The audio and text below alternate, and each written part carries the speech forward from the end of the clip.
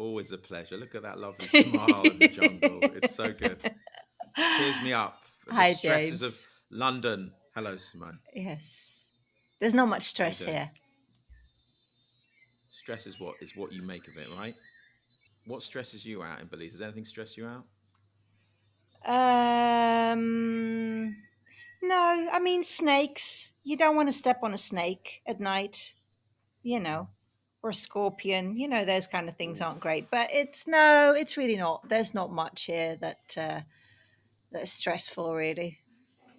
No. Now, I mean, stress. Our next guest has probably had a lot of stress in his life, I think.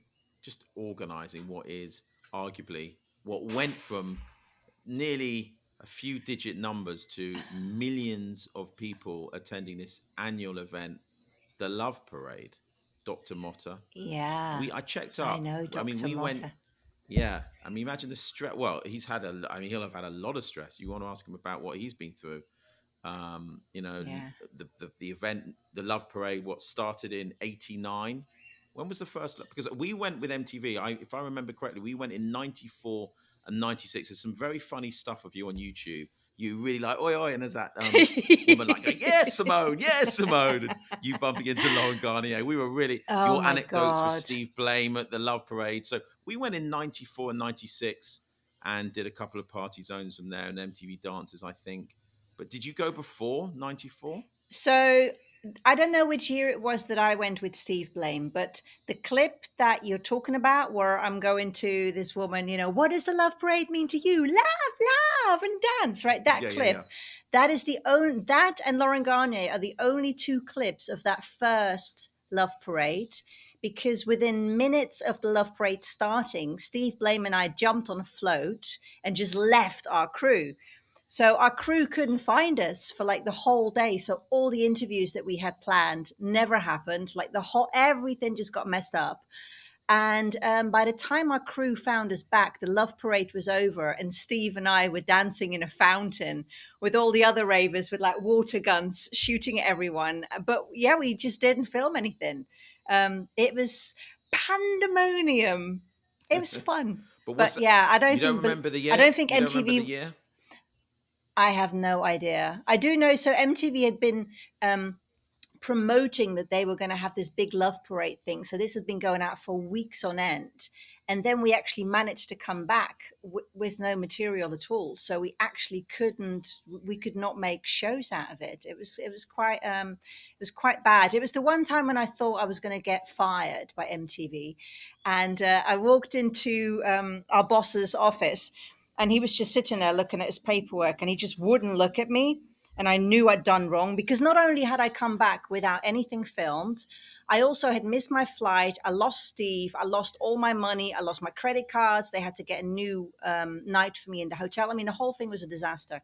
And so my boss just looked. He looked at his paperwork, and then after a while, I could just see the corners of his mouth go up, and he started laughing.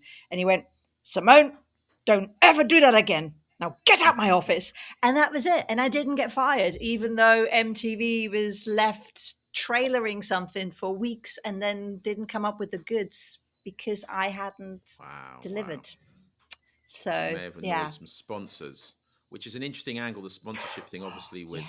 Love Parade, because it went from what a kind of hippie, free spirited kind of dream, right? To a big, big business. It became a business. I think Motta had a lot of highs and lows selling the business. He said when he sold it, I think there was regret. He felt like it was his kid and his kid's been abused. So really want to hear all the highs and lows of of that whole brand. Well, it started out as a protest, right? So it Mm. started out not as a dance event. So it was billed Peace, as a love, and protest that was pancakes. right. Friede, Freude und Friede, Freude und I forgot the name of for pancakes in German. Eierkuchen, das war's. So yeah, and then after a while, because the reason why they did that was that they wouldn't have to pay for the cleanup, they wouldn't have to pay for security. All that was done by the local government. But then after a while, they said, Mm. "Look, this is really not a political protest," because they said, "Oh, we're not protesting against anything. We're basically it's a march for, it's for all these things. We want peace, we want love, we want a fair distribution of food. But they said, no, it's not a real protest. And so you're not going to get our support anymore. And so that's when the sponsors had to come in. And that's when he said, when Dr. Motta said it turned into an infomercial. And that's when he pulled out, Yeah. because that was not the idea behind the Mm. Love Parade. No, I mean, I Yeah. remember, again, I'd have to look up the dates, but I think I may have even gone to one. Yeah, I think I went on some Horst from K7. Remember, he was very obviously Berlin based. I'm sure I went on a really early one where it was, so raw. That image of a guy like hanging off a lamppost so high up on one of those streets, and incredible what it went from to what it became. Obviously, there was one year. I mean, I hate mentioning it. There was a tragedy. Just too many people. One year, I think some people got crushed. And at this point, Dr. Motte was not part of it anymore. It was not Yeah, in yeah, Berlin. I mean, yeah. it really You're had right. nothing You're to right. do with him, but it still carried the name. Mm, So that is incredibly heartbreaking, of course, for something that had started with such good intentions and was all about love, and then it ended in tragedy. I mean, that must have been so hard for him to, yeah, to to fathom, witness. sure. Yeah.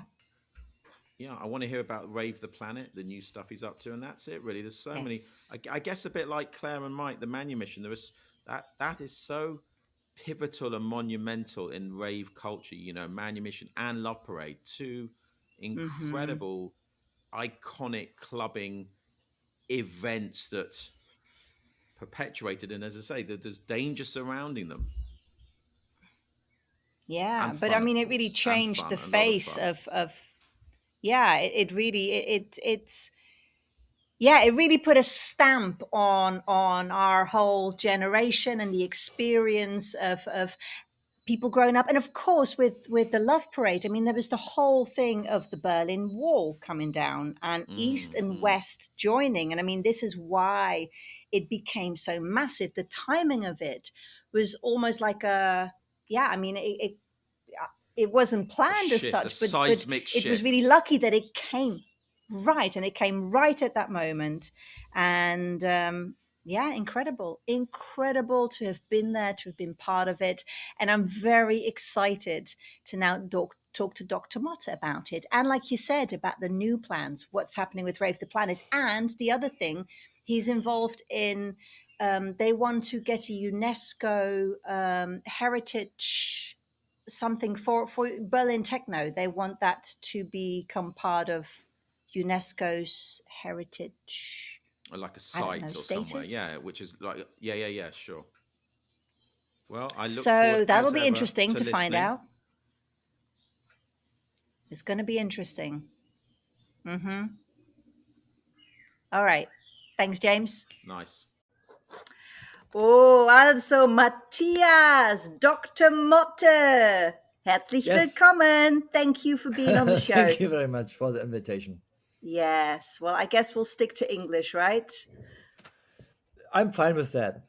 Yeah. Okay. Yeah. Cool. If I So can't, I use my translation app, and I will but be your translation basically, app. okay. Thank I'll you. be so if Okay. there's something that is just better expressed in Okay. German, then just throw it out there. Okay. Okay. So Dr. Motte, of course, most famous from the Love Parade, the man who got it all started. Yeah. It's like that. That I had the initial idea, so inspired by friends uh, coming from back from England, visiting and joining illegal parties in the 80s, telling, "Oh, you know, we went there, and the police came and they busted the whole party and took the sound system away." And then we were standing in front of the location, and someone switched on the ghetto blaster, and we had a spontaneous street party. And I Yeah. was singing over and over and over, and the best singing over is by me by thinking over by sleeping. because Okay. the I have no information from outside. I have a basic question, a massive question I cannot answer and if I find a solution. But if I sleep and I wake up, Mm-hmm. sometimes I have a solution, I have an idea, and that was like also in, I would say, May 20, no, 1989. I had the 89. idea in front of the location in Berlin where we had an asset party in 1989, and we were celebrating. And so, and in the morning, I have had the idea of why not declare a demonstration and use our float, some little vans and the sound system, and do a street party. And everyone was like, "Yeah, do that." And because of you have to declare a demonstration in Berlin to the officials and the authorities, you have to find something what you do. And I was like thinking, okay, let's do something for peace, for love, for a better future, and not against war, not against blah blah blah. Right. Yeah, so it's a positive demonstration, dance wise, with music. So we invented a dancing a demonstration, and 6 weeks later we had the parade going on. A little team with together with my girlfriend at that time, Daniele Picciotto. She was really like, "Yeah, do that. It's really good. It's really good," pushing me. And yeah, 6 weeks later we had the 1st of July, the first love parade going on Wow. for peace, love, unity, respect. So it was like Friede, Freude, Eierkuchen. Yeah, Yeah, genau. yeah. So that's love, peace, and Peace, happiness, pancakes. and pancake. Yeah, and we Right. said, okay, peace is for ban all weapons on this planet. Happiness is music, is our way of communicating. Yeah, dance wise and stuff like that. And pancake is give food to all. Mm-hmm. Yeah, and there was also a big vision because we said we want to do that from now on every year, this year and Yeah. forever. Also on the first poster. And because the vision I've had, why not start that every year again so it comes back? And in the future we will have a lot of or in any country we will have love parades. And in the future there will also a day will come where everyone is dancing on that parade. Oh, And the please day let it will be come, so one yeah, day. yeah. And one day will come where people will recognize we are all part of the same family, and that will Yeah. bring world peace. Oh, So yes. this is a big vision behind that. That was the thought behind the Love Parade. So that was Yeah, this is a big vision. 1989. Yeah. So let's go back. Let's go back a bit further. Let's go back to a life before techno. Tell me about your life before techno. Well, I'm a born Berliner. I grew up in West Berlin. Mm-hmm. I was a very lazy guy at school. Very lazy. Never did some homework or something like that. I was very bad. But at Right. art lessons, I was the best. So therefore, I did a lot of work at home. So painting and making music, that was my thing. I was also good in chemicals and bio. I was also like everything has to do with bio, Everything nature that's stuff to like do. that. Oh, okay. Yeah, yeah, Mm. yeah. Natural thing. But I wasn't very good in writing and reading and mathematics. And all that. No. Yeah, and I was a very colorful dog in Spandau where I grew up. Yeah, everyone knew me. Then we formed a band in the late 70s. My mother was giving or bought me a drum set because I'm very drumming very much. And then later on, I had a percussion, a lot of percussion. I spent a lot, every money I was very much into jazz from the age of 14 because my brother gave Right. me a little tape deck with jazz on it, electric jazz, and I was totally into it. I went to every jazz concert in Berlin, West Berlin, Hmm? the jazz days and stuff like that. And then later on in 79, I discovered music presented by John Peel. Yeah, Ah, because we had okay. the British Forces Broadcaster System, yeah, BFBS, Right. and he was so we could listen. Suddenly, I was like, "What is this?" Yeah. And he played electronic music from Germany to me. Hmm. He played How funny. Malaria. He played Yeah. all the German bands from like underground, but not new way, Neue Deutsche Welle. No, no. And he was like really inspiring me, and that's why I became a punk in 1979 and listening to a completely new music. So So I you were switched. listening to German music through British radio, bringing it Yeah, back to because you. yeah, How because funny. um, because German radio music is boring. Right. Okay. Yeah, radio Okay. music in Germany is boring because it's mainly uh, uh, Middle of the uh, uh, road. it's the middle of the road. Yeah, Right. Okay. So boring. tell me the first time you discovered techno. First time you discovered actually probably acid house, I should say at that Acid point, house, right? yeah, Right. because there was like you say the music after punk music, yeah, like Mhm. white noise and stuff like that. It's also like Cabaret Voltaire, and there was some bands in Berlin as well, like Alu, and they played early 80s, like 81 or stuff like that. They played already electronic music. They Right. used synthesizers and drum machines. Yeah. Yeah, But Cabaret Voltaire, yeah. And also we have had other music uh, like Yellow and The mhm. Residents and stuff like that. Yeah? So But do you remember it was there before. do you remember the first time you walked into a rave, like a an acid house party? You know, more than just the music. When did you first experience that? I did it by myself. Okay. Yeah, because I was together with Danielle, the Picciotto, and we were always like looking at magazine we could buy in West Berlin, what's going on in the world, like Face magazine and ID magazine and Mhm. fanzines and stuff like that. And the day came. Certainly there was house music, and certainly after that there came smileys in the magazine. Yeah, so Mhm. we and I was a vinyl junkie anyway.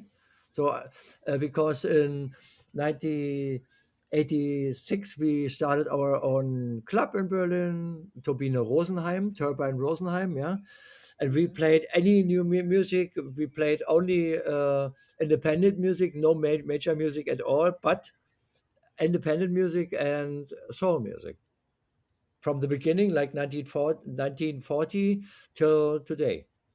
I Wow. would say, yeah. So that Very was broad like, mix. yeah, we did everything by ourselves. It was a little drugstore before, and they moved out, and we said, why not use this for a little club? So, and we started our own club. We set up everything. We had to do a new floor, new walls, new decoration, our own sound system, everything.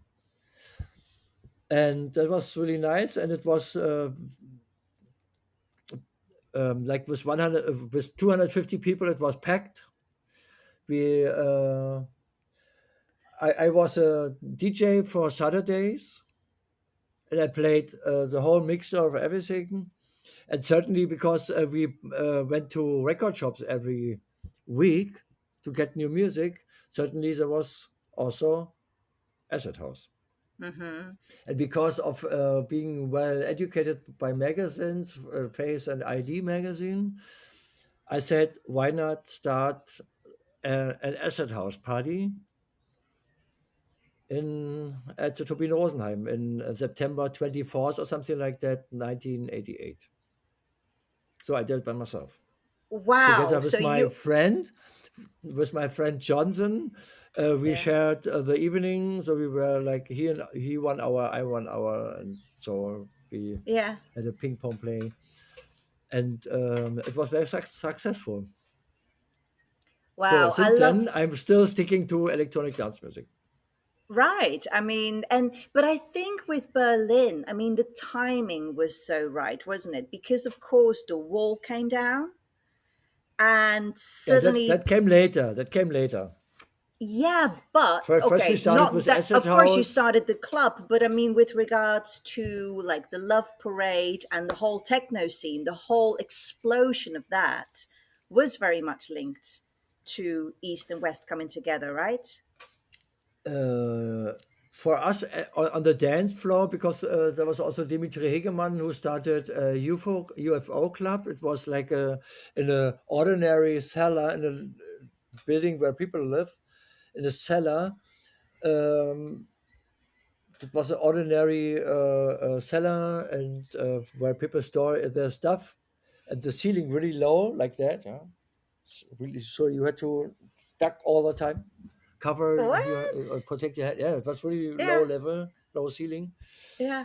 and we put just smoke machines, turntables, little bars, and stuff like that, and they just did it.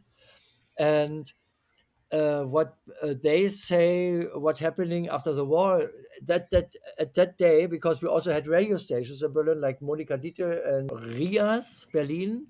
Yeah, Mm-hmm. Monika was playing at SFB, and forgot the other name. Yeah, two radio DJs playing club Mm-hmm. music, and the people in the East knew what's going on, what kind of Right. music, where to go. The wall came down, and they came to West Berlin and just immediately went to UFO club. Yeah, immediately. So for us, it was family like. Yeah, Yeah. because we love the music and we love to be together, and it was just there. It's what like other DJs in Berlin, like Tanit or Wolle and others say, at the dance floor, we united as one family immediately. Mm. Wow. Yeah, immediately. So there was not a question, do you like or do you don't like? So we just knew there's the music, just went and we went off. I love it.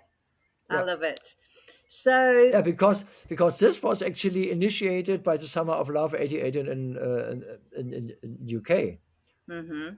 Yeah, and this is also like a little bit of related with something what happening early '80s with Balearic beats and Ibiza. Mm-hmm. Yeah, because a lot of UK people love to be in Ibiza. And there started something like with some chemicals they use, and suddenly they discovered a new impression of how music. Right. Of how music You mean feels was. ecstasy? Yeah, yeah, exactly. Yeah, Right. how Yes. how music feels with ecstasy, and suddenly it Right. became new music. And there's a Yeah. lot of influence of ecstasy into music, and that's also what we have had with acid, and also later on when also acid got influenced by noise and by an industrial and influenced by um, music from Detroit, more the harder elements, yeah. So and Right. also Belgium electronic, like electronic body music and stuff like that. So it's like you could say, some people nowadays say, "Oh, it was only black music," but it was not. It was from the beginning. It was, and many people say that it was from the It beginning an international, to- multicultural uh, totally. and Totally. music. Oh yeah, that was and it was bouncing back and forth. It'd Yeah, be from like yeah. Germany to Detroit, back to Germany, back to the UK, Ibiza, Chicago. I mean, everyone We was have just had bouncing stuff in around. Germany, we have had in the beginning, in the early 70s, yeah, we have had a Yeah, strong electronic music scene in Germany. yeah, You call it krautrock, yeah, and stuff like that. And out of that came Tangerine Dream and Can and Kraftwerk and stuff like that. And they inspired Right. American musicians, certainly as Africa Bambata, and as also what people or musicians say in Detroit, that was influencing us. So we But brought uh, psychedelic funk, a funkadelic, yeah, and Kraftwerk together, and that formed a new music in But I think Detroit. that's the beauty of it, that it was this real blending of different cultures, different nations. Like everyone was almost creating this together and bouncing it back and forth. It And you're was, right, ecstasy did play a part in it as well, because also when you think about it, I mean, that was really created um, for like marriage counseling and to overcome trauma and all this kind of stuff. And so you have these people who are totally open, coming together, seeing the beauty in each other, seeing the beauty, or hearing the beauty in the music. And I mean, it was just a perfect mix of everything coming yep. together at And that there's also point. a book about that. In Deutsch, it's called Im Rausch der Sinne. In Deutsch is something else. Im Rausch der Sinne. Yeah, this is the Deutsch German title of it. Oh, I was going to be your human Google, and I actually don't know how to translate that into English, but I will check that out. So, what about you? Talking about a book, because I just spoke to Mike and Claire from Manumission, Yeah. and they are working on a book because so much happened, of course, at Manumission in Ibiza. What about you with the Love Parade? I mean, have you ever made a book? Are you thinking of creating a book? About Love Parade. I Yeah, mean, we have a lot of books talking about electronic music culture, a lot. There's a photo book out that was on Taschen. And there's is a new book out by another photographer who did a book about pictures from Love Parade. but for you, So the stories, because there must be so many good stories of just stuff that from the happened in the people, from early the days. people, from the Right, just people. your experience and I those who were can't, there in the I can't, beginning. stuff like that. Yes, but I'm very bad at telling stories. The people, so some people can better do it better. So I Okay. hardly can remember because there's so much going on since. Yeah, Yeah, yeah, too yeah. much. There's some great books that have been written about that time. So we were at the 30th anniversary of the Love Parade, which was at the 90s Museum. I think it was in 2019. I was there. You were there. I wrote about it, um, and I Ah, yeah. remember at the time walking around and feeling a little bit like I had mixed feelings about it. On the one hand, it was kind of cool to see it. On the other hand, it felt really strange because it felt so sterile, where the Love Parade was the opposite of that. You know, it was just loud and noisy and crazy and chaotic. And then you come into a museum and it's all organized and everything is in its place. How did The you 90s experience? exhibition, you would say. Yes. Yeah, but we did the extra exhibition inside of that, and how what can you say? Do you have the people who run it, and then you come together, and then you find you have ideas, or not? For me, it was the first time to create something like an exhibition. I learned a lot from that, and Mm-hmm. I would from now on I would say next time I would be do it completely different. Okay. At the moment, there is a very good exhibition in Germany. It was in London before, electronic music or something like that. Okay. The walls are black, and it is really like all squeezed together, and it's very like you have a feeling of being you have a feeling of being in a Okay. club where Yeah. where you see the history of electronic music culture. Oh, Yeah, interesting. how it all started and stuff like Yeah. that. Interesting. It's in the Wow. moment at in Düsseldorf, and it was in London before, and it's very much related also with we have an extra room just for Kraftwerk to show music and picture the movie together. It's really good. It's really good. Nice. So they show a lot of flyers. They show a lot of vinyls. It has a lot of graphics and so on. Yeah. Really, So, electronic music exhibition in yeah. Düsseldorf. So with you, when was the year that You pull back. So basically, initially, right? So the Love Parade started out as a protest. Then it got to the point No, where it they wasn't a said, protest. no, It well, wasn't a it was protest. it was labeled as a protest, right? So that basically you didn't have to pay for police and clean up and all this kind of stuff, right? Um, Isn't that how it went? yeah, of course, but that wasn't the focus on saving money or something like that. No, It no, was no, no, like no. for But us, it that's was true because we wanted to dance on the streets for a better world at the end. Yeah, something and like it that. and what I mean is it therefore didn't have to be a money making thing. It wasn't about money, It wasn't right? about money. No, Yeah, exactly. no. Exactly. But then at some point, because that license was taken away, it had to start generating money. Am I right in saying that? And then that's when 2001. everything Yeah, that's right. right. And then you basically said, look, this is turning into an infomercial. I'm pulling back. Is again, am I saying that right or not? Um, you mean right now?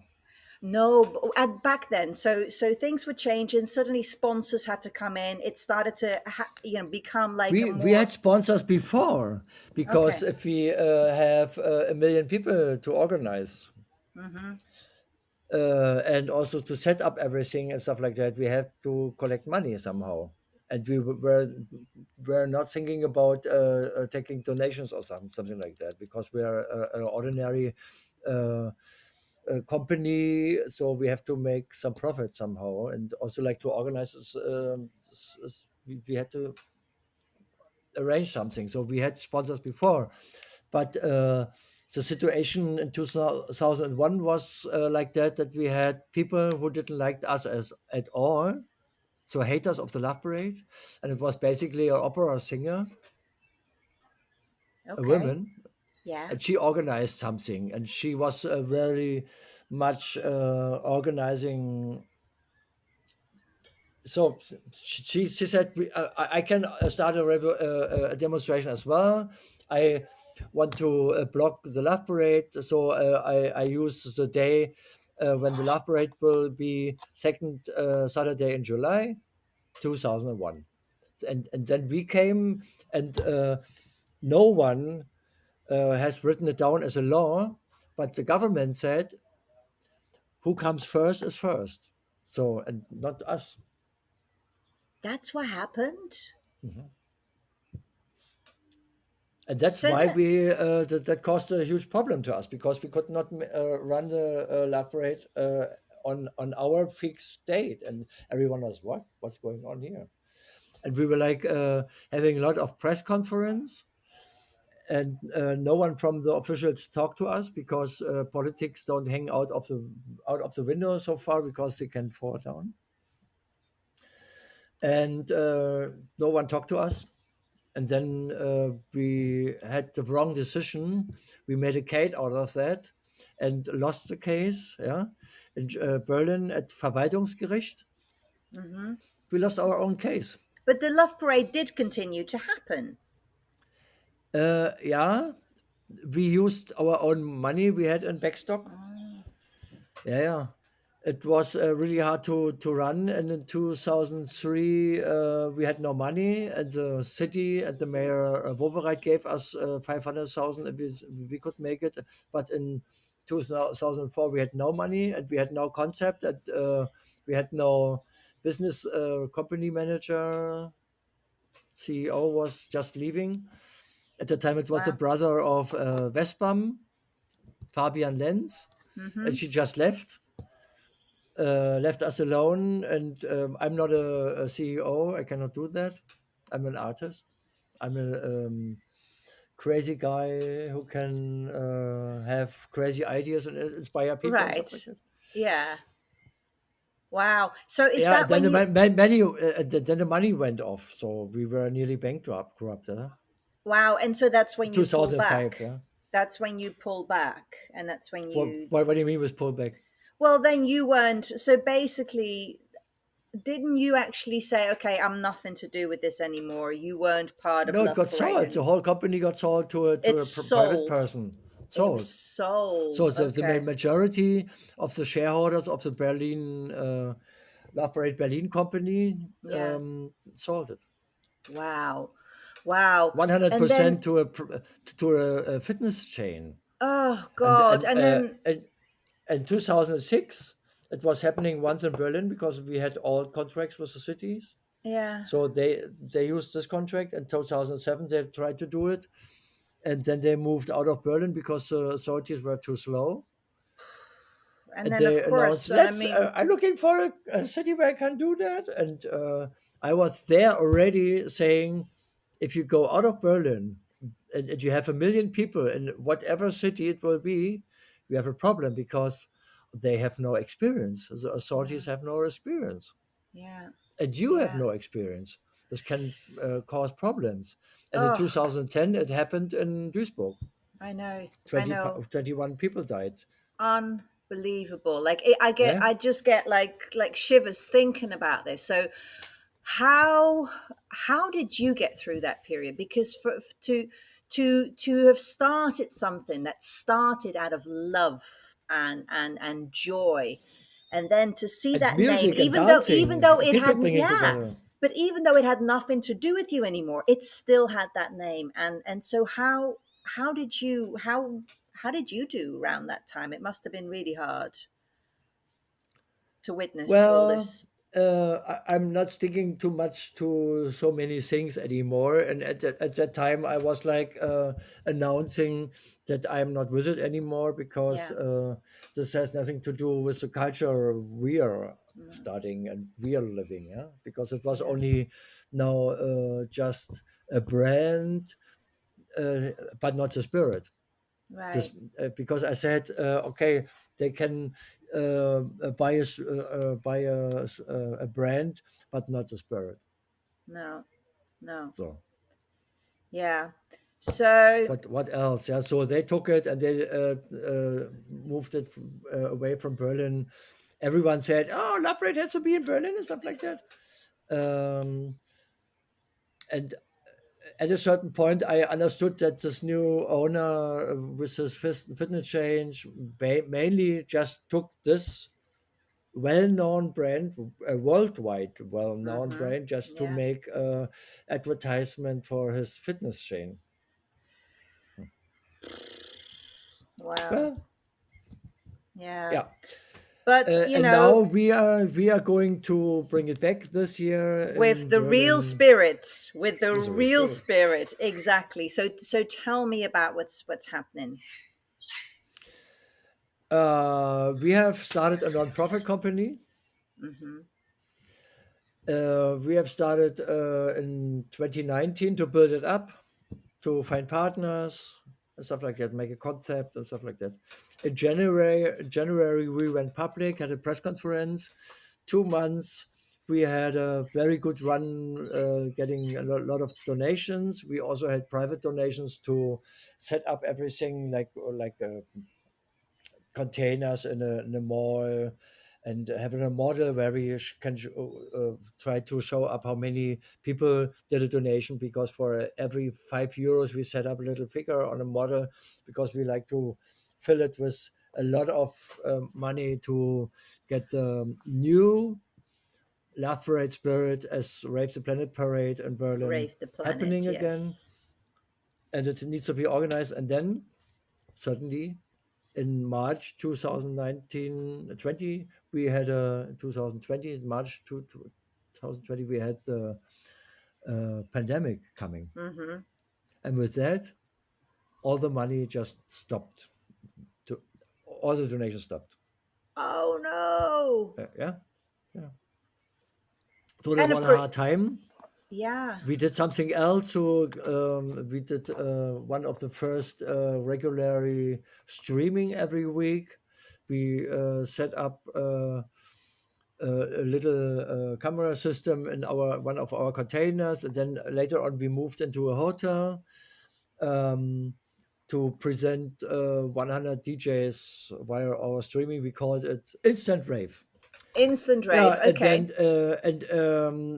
that was 2 years of waiting, of saying, okay, we can't do it this in 2020. We cannot do it in 21 because the situation was too Mhm. unsafe for us, Yeah. and also we like to have a real rave going on. And also we have new laws in Berlin called um, what's it called, demonstration freedom law Right. act, whatever, freedom, demonstration freedom act, and it's actually not a freedom act, Okay. because they say if you want to make a demonstration, it cannot be a cultural event or a sport event. You have to have talks and speeches, and people have to show them posters and stuff like that. So it's not Okay. it's not not like what's written down on the basic law. Everyone can come together in public space peacefully, and but it's So, not because they so say do you now we have new rules. do you think that was created because of the love parade that they had to just make it I don't tighter? know. I don't know. I don't know. So, but is it billed as like a protest? We make a demonstration, but not a protest, No, okay, because okay, a yeah, we demonstration. have Sorry, I'm saying the yeah, wrong word. Right. yeah, it's not a protest. No, Uh, no. we have we have some themes. We have some where Forderungen. Hmm. Yeah, So what's that in English? what are the themes? The things is we want to have electronic music culture accepted as a cultural input into the society, Yes, because we are also sent an application last year in November to the UNESCO to exactly. Yeah. get electronic music culture, especially in Berlin, accepted as culture, as Hmm. intangible culture, Yeah, as it should cultural be. intangible cultural heritage. Yeah, Hmm. and this is. We are still waiting for what's going on, because first it goes to Berlin, then it goes to the German government, and from there it goes to UNESCO. Oh, okay. Right. And so when people come, so it's the 9th of July. Yes, So that's we have again, is that, speeches. Yeah, every yeah, hour we have okay. people talking about certain things. One is like banning all dance ban on banning dance ban in Germany. Excuse me? We have dance ban in Germany on certain Christian days. That's Believe it or weird. not. Yes.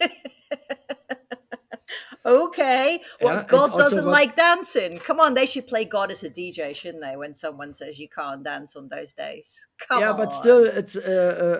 even the Green Party is like for banning the or getting rid of dance ban in Germany, because in Bavaria we have certain days you're not allowed to dance around Wow. Easter, and stuff like that.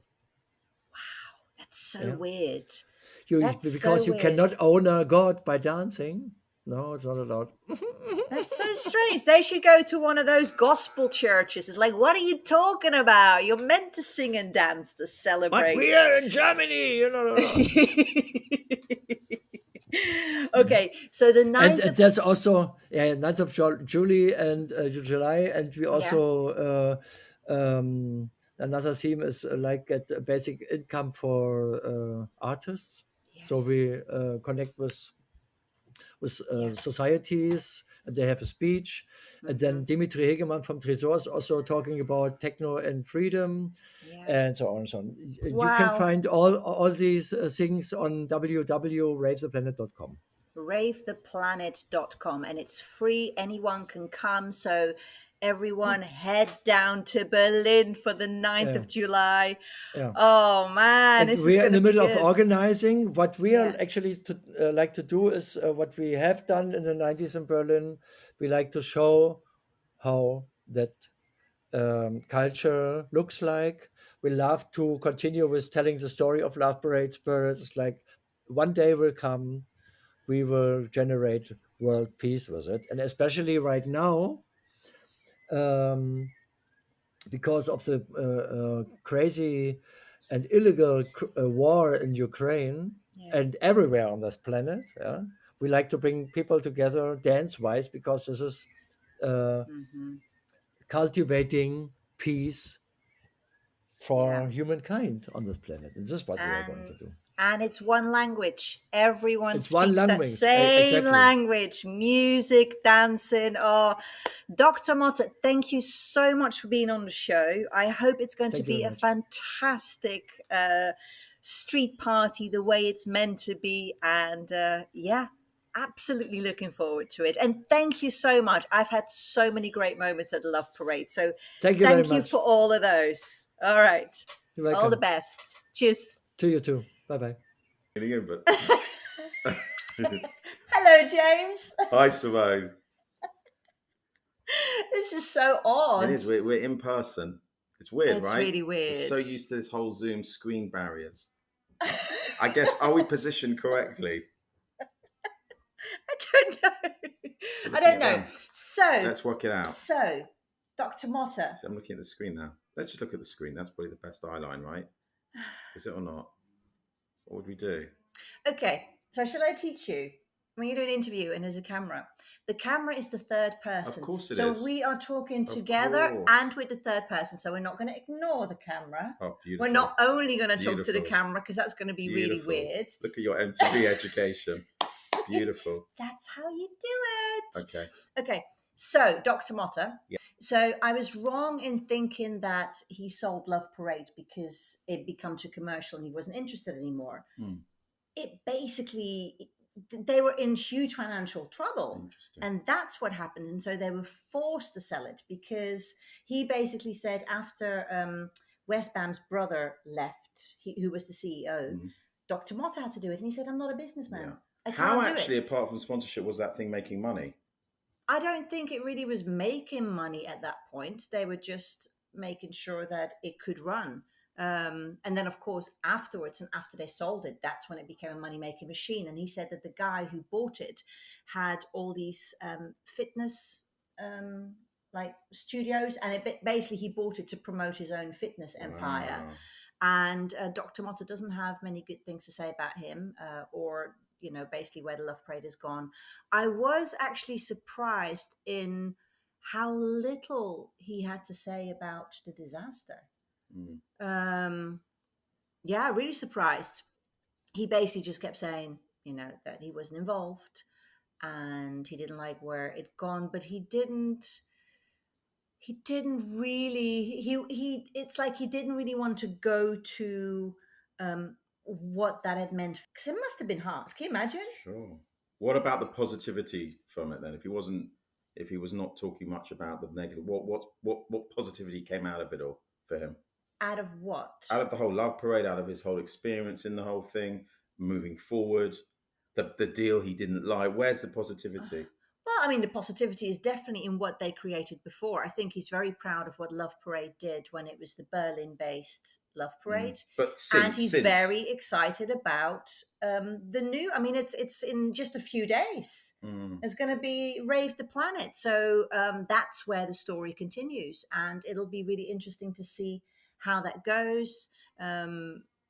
Is there still a place for something like Love Parade in the world today, and can they recapture that kind of feeling? I don't know.